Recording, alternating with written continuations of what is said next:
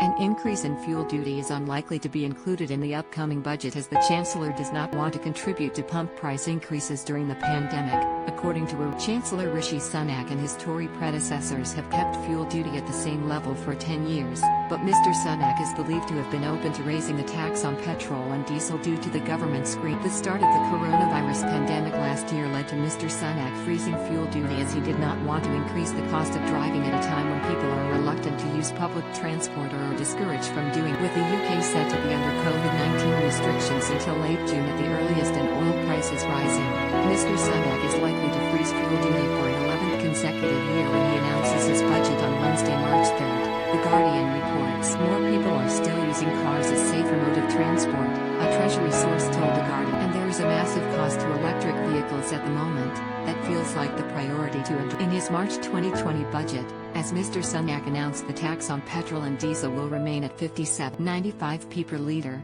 he told MPs, "I have heard representations that after 9 years of being frozen, at a cost of £110 billion to the taxpayer, we can no longer afford to freeze fuel duty. I'm certainly mindful of the fiscal cost and the environmental impacts, but I'm taking considerable steps in this budget to incentivize cleaner forms of transportation, and many people still rely on. So I'm pleased to announce today that for another year fuel duty will remain frozen. Compared to 2010 plans, that's a saving of £1,200. Extending the fuel duty price freeze is unlikely to stop pump prices from rising. The RAC says petrol and oil have recovered from a slump at the start of the pandemic, with petrol and diesel prices now at pre-2020. RAC fuel spokesman Simon Williams warned oil prices could shoot to $80 a barrel, up from just $13 in April 2020. If that happens, petrol will cost 130p a litre and diesel 134.5p a litre.